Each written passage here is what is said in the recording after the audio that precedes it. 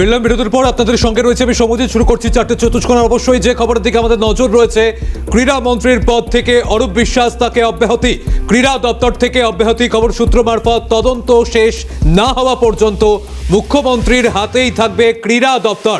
এই মুহূর্তে যে বড় খবর, অরূপ বিশ্বাসকে ক্রীড়া দপ্তর থেকে অব্যাহতি দেওয়া হয়েছে। কিছুক্ষণ আগেই খবর সামনে আসে, মুখ্যমন্ত্রী মমতা বন্দ্যোপাধ্যায় তাকে অব্যাহতি চেয়ে চিঠি দেন অরূপ বিশ্বাস, এবং এই মুহূর্তে খবর সামনে আসছে তাকে তার দপ্তর থেকে অব্যাহতি দেওয়া হয়েছে। তদন্ত শেষ না হওয়া পর্যন্ত মুখ্যমন্ত্রীর হাতেই থাকছে ক্রীড়া দপ্তর। আমাদের সঙ্গে chief reporter Satyajit Mukhopadhyay newsroom থেকে রয়েছেন।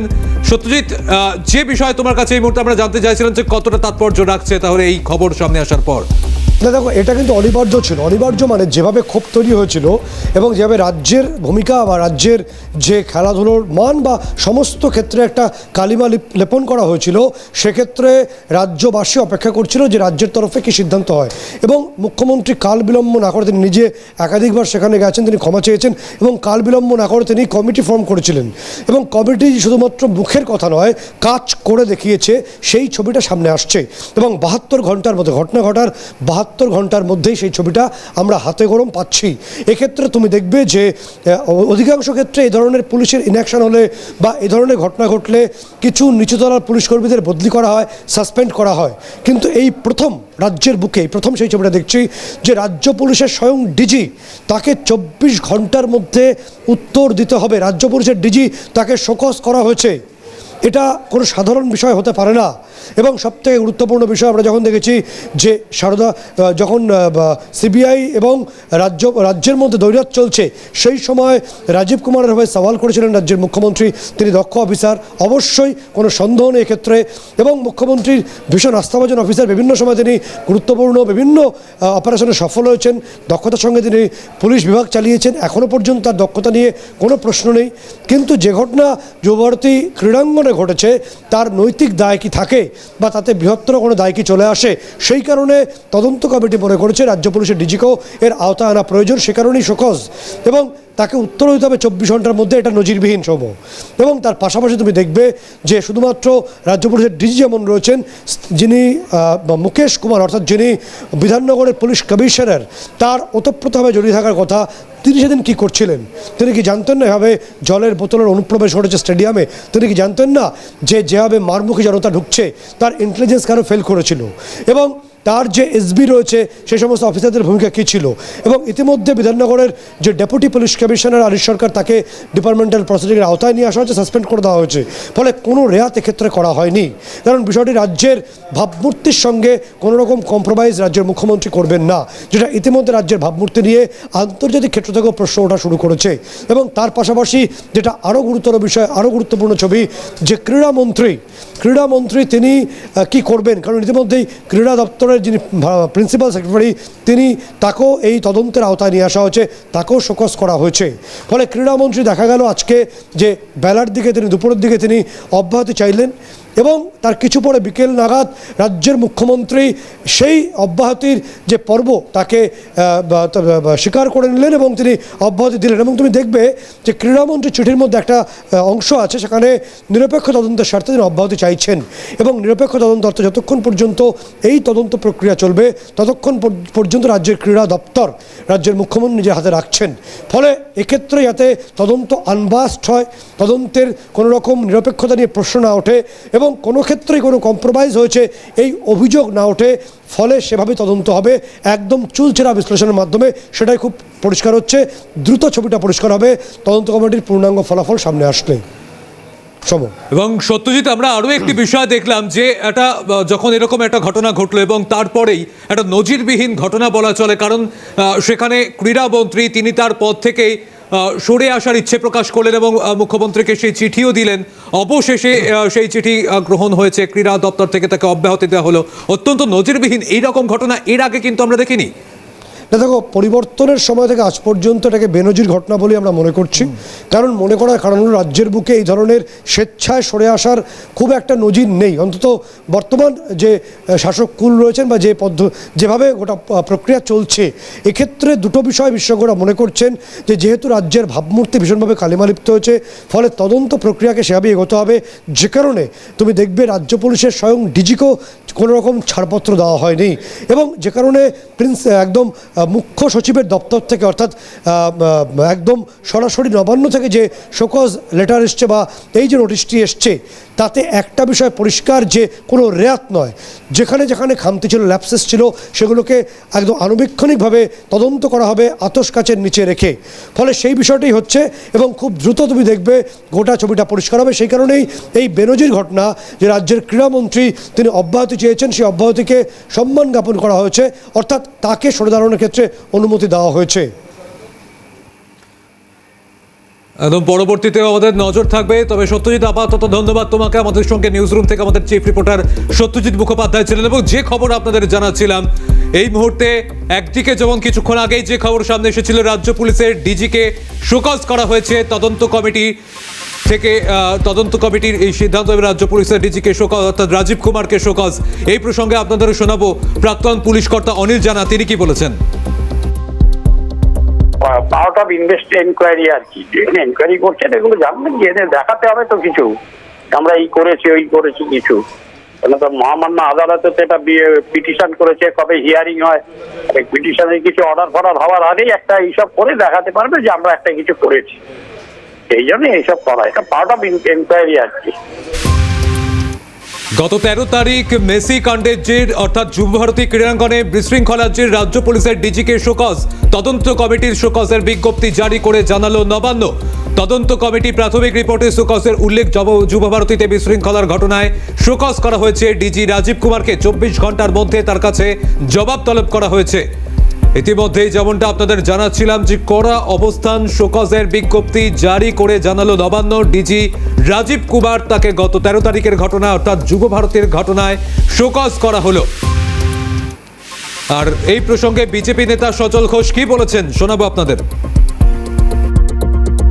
দিনের শেষে রাজীব কুমার একজন সরকারি আধিকারিক, আর অরূপ বিশ্বাস একজন মন্ত্রী, কোন একটা পার্টির লোক। তো পার্টির লোককে ক্লিন চিট দেওয়াতে গিয়ে ডিজির ঘাড়ে দোষ চাপানোর চেষ্টা হলো। ও জানে যেটা আলটিমেটলি ডিজি বলবে, তো এটা আমার জুরিসডিকশনের ব্যাপার নয়, আমি ওভারঅল দেখি। হ্যাঁ, আসল দায়িত্ব এসপি, দিয়ে দেবে ডিসি।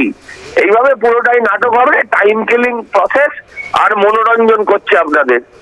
যে মমতা ব্যানার্জি, আপনি বিশ্বাস করেন, যে মমতা ব্যানার্জি যখন সিবিআই রাজীব কুমারের বাড়িতে গেল, তার বাড়ির গেটে ধর্ণা দিতে বসে গেল, সেই মমতার তদন্ত কমিটির ঘাড়ে কটা মাথা আছে যে সেই তদন্ত কমিটি রাজীব কুমারকে আবার জেলে ভরবে।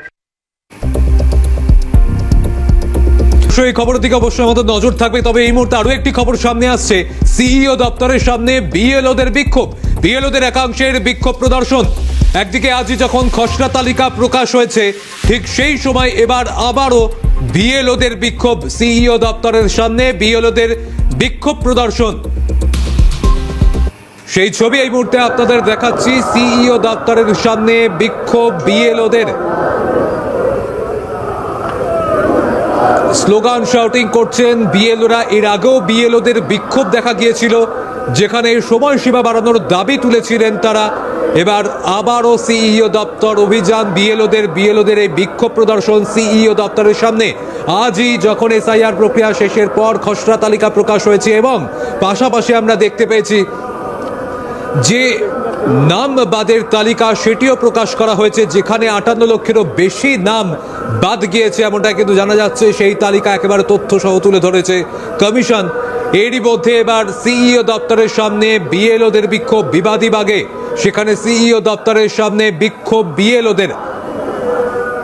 সিইও দপ্তরের বাইরে উত্তেজনা ক্রমাগত বাড়ছে, আবারও সরব হয়েছেন বিএলওরা।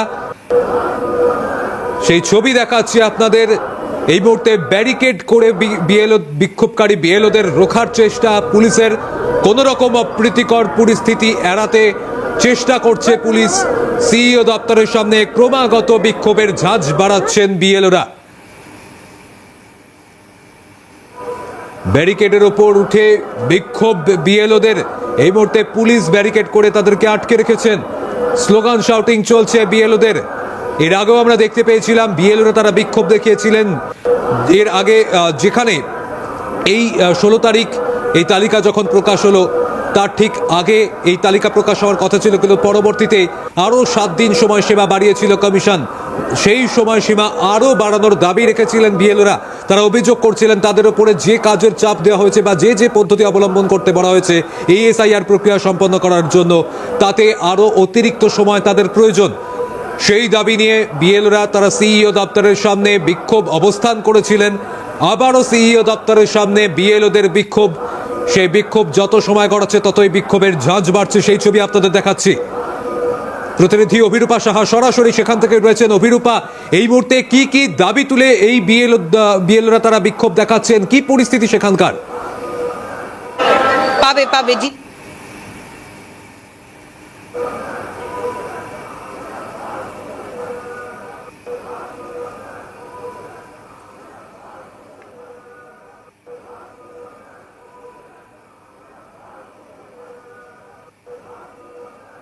ডেপুটেশন দিতে এসেছেন বিএলও অধিকার রক্ষা মঞ্চের যারা সদস্যরা রয়েছেন তারা। তোমাকে দেখাবো সেই ছবি, তুমি দেখতে পাচ্ছ ইতিমধ্যেই বিএলও অধিকার রক্ষা মঞ্চের সদস্য যারা রয়েছেন তারা ভেতরে ঢোকার চেষ্টা করছেন। বেশ কিছু নির্দিষ্ট দাবি রয়েছে তাদের। ঠিক কি দাবি রয়েছে একবার অবশ্যই জানার চেষ্টা করব, কিন্তু এর আগেও আমরা দেখেছিলাম যে বিএলওদের তরফ থেকে একই রকম ভাবে তারা বিক্ষোভ প্রদর্শন করেছিলেন। যারা রয়েছেন একটু কথা বলে জানার চেষ্টা করবো। ম্যাডাম, একটু যদি কথা বলা যায়, নির্দিষ্ট কি দাবিতে আজকে আপনারা ফের ডেপুটেশন দিতে এসেছেন? এবং জানেন একটা খসড়া বার করা হয়েছে, আপনারা সবাই জানেন। তা আপনারা কি খুশি খসড়াটা নিয়ে? আমরা খুশি নই। কেন খুশি নই? যারা রয়েছেন তাদের সঙ্গে একটু কথা বলবো। খসড়া তালিকা প্রকাশ করা হয়েছে, সেই খসড়া তালিকায় সন্তুষ্ট নন বিএলওরা। একটু কথা বলছি, কারণ কি আজকের এই আমরা যে মানুষগুলোকে হিয়ারিং এ ডাকা হলো 1 কোটির ওপর মানুষ, তারা তো আমাদের বাড়িতে আসবে যে আমাদের কেন ডাকা হচ্ছে হিয়ারিং এ। কাজ তো আমরা করেছি, তাহলে ইসিআই এর গণেশ কুমার গিয়ে তো ওই মানুষগুলোর মুখাপেক্ষি হবে না। তারা তো দীর্ঘদিন ধরে বসবাস করছেন, তারা নিশ্চিতভাবে জানেন বাংলার মানুষ বাংলার ভোটাধিকার পান। আমাদেরকে বিভিন্ন টেকনিক্যাল কারণে তাদেরকে দেখানো হয়েছে ফল। কারো একটা বাবার নামে ধরুন একটা এ নেই বা ই নেই, তার জন্য সেই ফলটা দেখানো হয়েছে। আপনারা বলছেন যে খসড়া তালিকা প্রকাশ হয়েছে সেই খসড়া তালিকার পর যাদেরকে হিয়ারিং এ ডাকা হবে সেটা খুব একটা ন্যায্য নয়। তাদের একদমই না। আচ্ছা, সেক্ষেত্রে কি অসুবিধা হবে বিএলও হিসেবে? সেক্ষেত্রে বিএলও হিসাবে যারা গ্রামে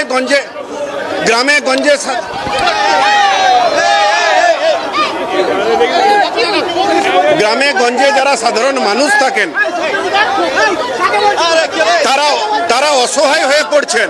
তারা ভাবছেন হিয়ারিং মানে আমরা বাংলা থেকে ভোটাধিকার থেকে বাদ হয়ে গেলাম, কোন রকম সরকারি সুযোগ সুবিধা পাবো না। তারা আমাদের বিএলওদের বাড়িতে আজকেই যাচ্ছে। একদমই তাই। আরো কয়েকজনের সাথে কথা বলবো। যে খসড়া তালিকা প্রকাশ হয়েছে তার পরবর্তীকালে বিএলও হিসেবে কি সমস্যার সম্মুখীন হতে হবে বলে মনে করছেন? দেখুন, ওরা তো প্রতিনিয়ত ফোন করবেন, কিন্তু খসড়া তালিকাটাকে একটা মিনিমাম কারণের জন্য হতে পারে না।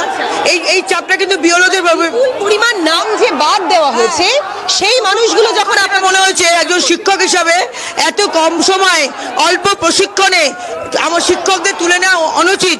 শিক্ষক জাতির মেরুদণ্ড, তারা হচ্ছে ভবিষ্যৎ বাচ্চা তৈরি করবে। কি আপনারা ডেপুটেশন দিচ্ছেন তার কারণ কি? মানে তার একটা নির্দিষ্ট একটা কারণ আছে বা যার জন্য বিক্ষোভ দেখাচ্ছেন তারই তালিকা তো তাদের কম সময় কিন্তু সংশোধন করা সম্ভব নয়। এটা ওনাদের ভুলভ্রান্তির জন্য টেকনিক্যাল ফল্ট, তার ভুক্তভোগী হচ্ছে মাস্টারমশাইরা। একদমই তাই। ফলে যে খসড়া তালিকা প্রকাশ করা হয়েছে সেই খসড়া তালিকায় একাধিক ভুলভ্রান্তি থাকতে পারে এবং যেহেতু অনেক মানুষের নাম বাদ গিয়েছে সেই নাম বাদ দেওয়াটাই বা যথার্থ কিনা তা নিয়ে প্রশ্ন তুলছেন বিএলওদের একাংশ। তোমাকে আরো একবার ছবিটা দেখাতে বলবো। তুমি দেখতে পাচ্ছ ইতিমধ্যেই কমিশনের গেটের বাইরে বিএলও অধিকার রক্ষা মঞ্চের যারা সদস্যরা রয়েছেন এই প্রতিবাদে তারা গর্জে উঠছেন এবং কিছুদিন আগেও একই দাবিতে তারা পথে নেমেছিলেন।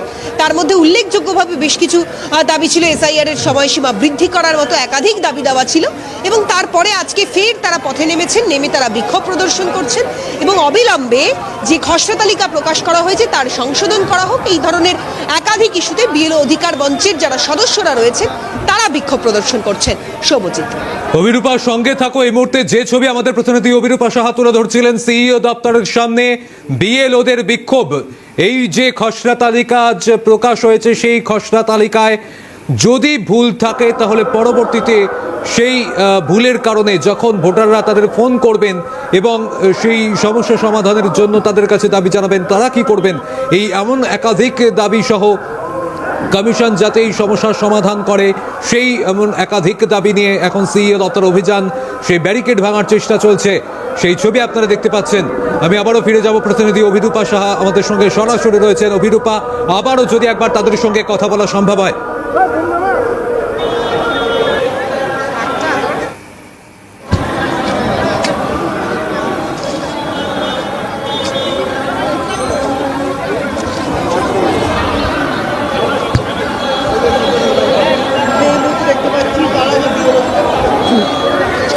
একদমই তাই, যে সমস্ত বিএলওরা রয়েছেন তাদের সঙ্গে একটু কথা বলবো। তুমি দেখতে পাচ্ছ কমিশনের গেটের বাইরে এই মুহূর্তে বিএলও অধিকার মঞ্চের যারা সদস্যরা রয়েছেন তারা একেবারে ব্যারিকেড করে, যেহেতু পুলিশের তরফ থেকে ব্যারিকেড করে দেওয়া হয়েছে, সেই ব্যারিকেড টপকে ভেতরে যাওয়ার চেষ্টা করছেন। একটু কথা বলবো দাদা, একটু কথা বলছি।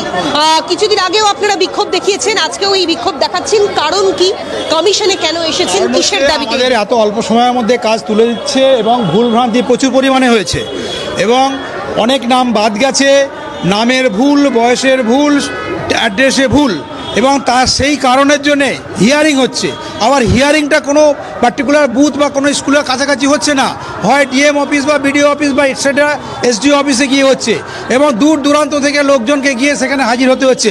এটা হ্যারাসমেন্ট, এটা প্রত্যেকে সকলের, বিশেষ করে যারা অসুস্থ বা বয়স্ক আছে তারা কিন্তু ওখানে যেতে পারবে না।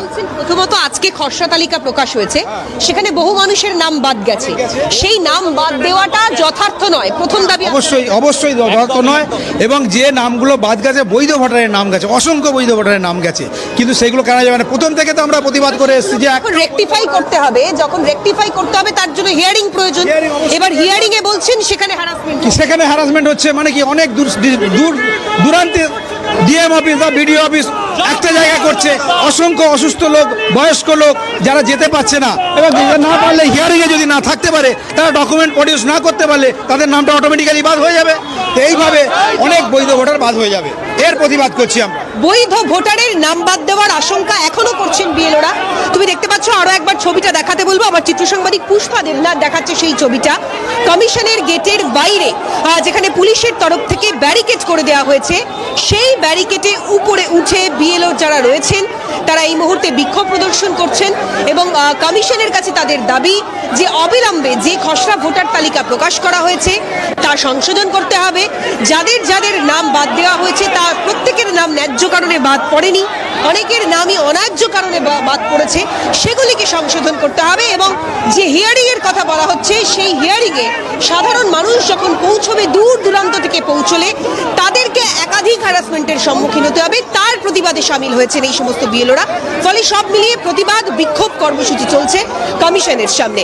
সৌমদীপ, সেই ছবি তুমি তুলে ধরো অভিরূপা, যেখানে দেখতে পাওয়া যাচ্ছে যে আবারও বিএলওদের বিক্ষোভ, আবারও শহরে বিএলওদের বিক্ষোভ, সেই ঝাঁজ আরও বাড়ছে। বিবাদীবাগে সিইও দপ্তরের সামনে বিএলওরা তারা বিক্ষোভ প্রদর্শন করছেন।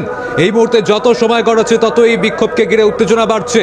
খসড়া তালিকা প্রকাশের পর একাধিক প্রশ্ন তুলে সেই প্রশ্নের উত্তর চেয়ে কমিশনের ডেপুটেশন দাবি বিএলও অধিকার রক্ষা মঞ্চের। পুলিশের দেওয়া গার্ডরেলে উঠে বিক্ষোভ বিএলওদের, সেই ছবি দেখতে পাচ্ছেন আপনারা।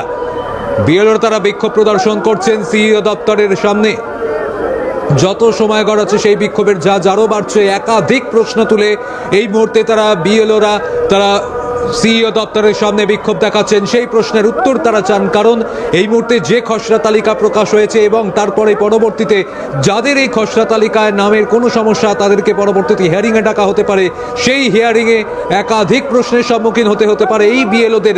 যারা এই ভোটাররা তারা একাধিক প্রশ্ন রাখতে পারেন বিএলওদের কাছে। সেই প্রশ্নের উত্তর যদি তাদের কাছে সঠিক না থাকে তাহলে তাদেরকেও সমস্যার মধ্যে পড়তে হতে পারে। এমন একাধিক অভিযোগ তুলে, একাধিক প্রশ্ন তুলে সেই উত্তর খোঁজার জন্যই সিইও দপ্তরের সামনে বিএলওদের বিক্ষোভ। প্রতিনিধি অভিরূপা সাহা সেই ছবি তুলে ধরছেন। অভিরূপা, পরবর্তীতে নজর রাখো, তবে আপাতত ধন্যবাদ তোমাকে।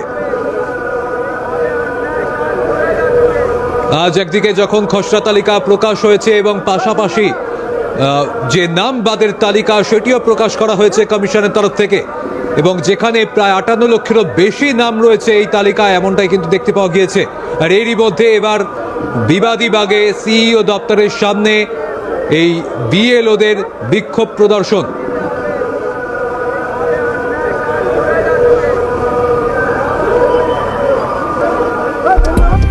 এদিকে আপনাদের জানিয়ে রাখবো, কালীঘাটে মমতা এবং বিএলএদের বিক্ষোভ, অর্থাৎ তৃণমূল সুপ্রিমো এবং বিএলএদের বৈঠক। কালীঘাটে বিএলএদের বৈঠক, যেমনটা জানা যাচ্ছে তৃণমূল সুপ্রিমোর বাসভবনে বৈঠক। কালীঘাটে আসতে শুরু করলেন বিএলএরা। যে খবর এই মুহূর্তের সামনে আসছে আবারও আপনাদের জানিয়ে রাখবো, একদিকে যখন আজ খসড়া তালিকা প্রকাশ হয়েছে এবং খসড়া তালিকা প্রকাশের পাশাপাশি একটি নাম বাদের তালিকা প্রকাশ করা হয়েছে, যেখানে কেউ স্থানান্তরিত, কেউ মৃত বা কেউ কারোর খোঁজ পাওয়া যায়নি এমন যারা রয়েছেন তাদের সেই তালিকায় নাম রয়েছে। আর এই তালিকা প্রকাশের পরেই এবার কালীঘাটে তৃণমূল সুপ্রিমো মমতা বন্দ্যোপাধ্যায় এবং বিএলএদের বৈঠক। তৃণমূল সুপ্রিমোর বাসভবনে বৈঠক, একাধিক বিষয় নিয়ে আলোচনা। জানা যাচ্ছে ভবানীপুরের বুথ লেভেল এজেন্টদের সঙ্গে এই বৈঠক। কালীঘাটে তৃণমূল সুপ্রিমো মমতা বন্দ্যোপাধ্যায় এবং বিএলএরা তারা বৈঠকে একাধিক বিষয় নিয়ে আলোচনা। ভবানীপুর বুথ লেভেল এজেন্টদের সঙ্গে বৈঠক। ইতিমধ্যেই বিএলএরা তারা আসতে শুরু করেছেন কালীঘাটে তৃণমূল সুপ্রিমোর বাসভবনে এই বৈঠক বলে জানা যাচ্ছে। কালীঘাটে আসতে শুরু করেছেন বিএলএরা। ভবানীপুরের বুথ লেভেল এজেন্টদের বৈঠক, একাধিক বিষয় নিয়ে আলোচনা। যেখানে আজ একদিকে খসড়া তালিকা প্রকাশ হয়েছে, পাশাপাশি নাম বাদের একটি তালিকাও প্রকাশ করা হয়েছে, যেখানে 58 লক্ষেরও বেশি নাম রয়েছে এমনটাই জানা যাচ্ছে। আর ঠিক এই পরিস্থিতিতে এবার কালীঘাটে অত্যন্ত গুরুত্বপূর্ণ বৈঠক। তৃণমূল সুপ্রিমো মমতা বন্দ্যোপাধ্যায় এবং বিএলএদের বৈঠক অত্যন্ত তাৎপর্যপূর্ণ এমনটাই মনে করছে বিশেষজ্ঞ মহল। আমাদের নজর থাকবে এই খবরে, তবে ছোট্ট একটি বিরতির সময় হয়েছে, ফিরছি বিরতির পর। সঙ্গে বিরতিতে যাওয়ার আগে যে খবরে আমরা নজর রেখেছিলাম, কালীঘাটে তৃণমূল সুপ্রিমো এবং বিএলএদের বৈঠক। তৃণমূল সুপ্রিমোর বাসভবনে এই বৈঠক, একাধিক গুরুত্বপূর্ণ বিষয় নিয়ে আলোচনা। ইতিমধ্যে বিএলএরা তারা আসতে শুরু করেছেন মূলত ভবানীপুরের বুথ লেভেল এজেন্টদের সঙ্গে এই বৈঠক বলে জানা যাচ্ছে। কালীঘাটে আসতে শুরু করেছেন বিএলএরা ভবানীপুরের বুথ লেভেল এজেন্টদের অর্থাৎ বিএলএদের সঙ্গে বৈঠক। ইতিমধ্যেই আজ আপনারা জানেন খসড়া তালিকা প্রকাশ হয়েছে, এর পাশাপাশি একটি নাম বাদের তালিকাও প্রকাশ করা হয়েছে, যেখানে কমিশনের তালিকায় যে ভোটাররা মৃত বা স্থানান্তরিত, স্থায়ীভাবে স্থানান্তরিত এবং যাদের কোনো ট্রেস বা খোঁজ পাওয়া যায়নি সেই ভোটারদের নাম রয়েছে ওই তালিকায়, যা সংখ্যাটা এখনো পর্যন্ত জানা গিয়েছে কমিশন সূত্রে প্রায় 58 লক্ষেরও বেশি। এবং এরই মধ্যে পাশাপাশি খসড়া তালিকাও প্রকাশ করা হয়েছে। আর এরপরেই এবার তৃণমূল সুপ্রিমোর বাসভবনে বিএলএদের সঙ্গে বৈঠক তৃণমূল সুপ্রিমো মমতা বন্দ্যোপাধ্যায়ের। আজ একাধিক বিষয় নিয়ে এই মুহূর্তে এই বৈঠকে আলোচনা বলে জানা যাচ্ছে। কালীঘাটে ইতিমধ্যে আসতে শুরু করেছেন বিএলএরা। ভবানীপুরের বুথ লেভেল এজেন্টদের সঙ্গে বৈঠক, একাধিক গুরুত্বপূর্ণ বিষয় নিয়ে বৈঠক থেকে আলোচনা।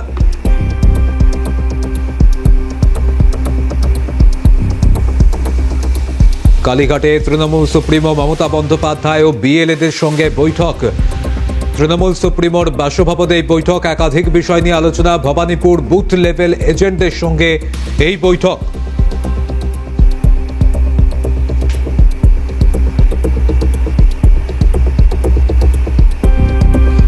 আবারও আপনাদের জানিয়ে রাখবো ইতিমধ্যেই যে আজ একদিকে যেমন খসড়া তালিকা প্রকাশ করা হয়েছে, পাশাপাশি আমরা দেখতে পেয়েছি যে একটি নাম বাদের তালিকা, যেখানে প্রায় 58 লক্ষেরও বেশি নাম রয়েছে সেই তালিকাও প্রকাশ করা হয়েছে। এরপর কালীঘাটে তৃণমূল সুপ্রিমো মমতা বন্দ্যোপাধ্যায়ের বৈঠক, বিএলএরা এই বৈঠকে রয়েছেন বলে খবর পাওয়া যাচ্ছে।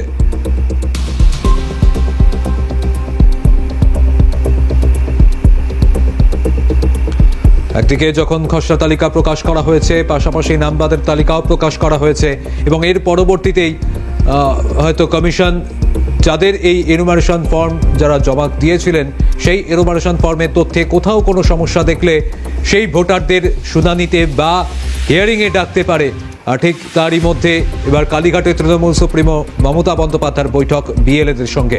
প্রতিনিধি খালিদ জামাল সরাসরি আমাদের সঙ্গে রয়েছেন। খালিদ, এই মুহূর্তে এই বৈঠক সম্পর্কে আর কি আপডেট রয়েছে?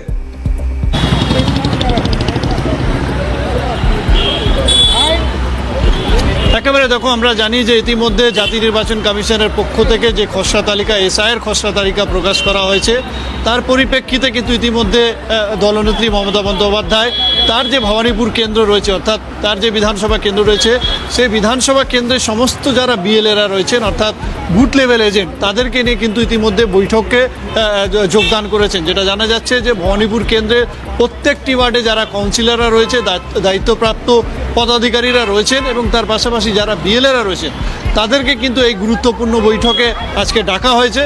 উদ্দেশ্য হচ্ছে যাতে কোনো যোগ্য ভোটার যাতে এই ভোটার তালিকা থেকে বাদ না যায়, তার জন্যে কিন্তু দলীয়ভাবে যাতে চেষ্টা করে প্রত্যেকটা যারা জেনুইন ভোটার রয়েছে, সেই জেনুইন ভোটারের নাম যাতে এই ভোটার তালিকা, চূড়ান্ত ভোটার তালিকা যেটা প্রকাশ হবে, সেখানে যাতে অন্তর্ভুক্ত হয়, সেই জন্য একদিকে নির্দেশ দিতে পারেন দলনেত্রী।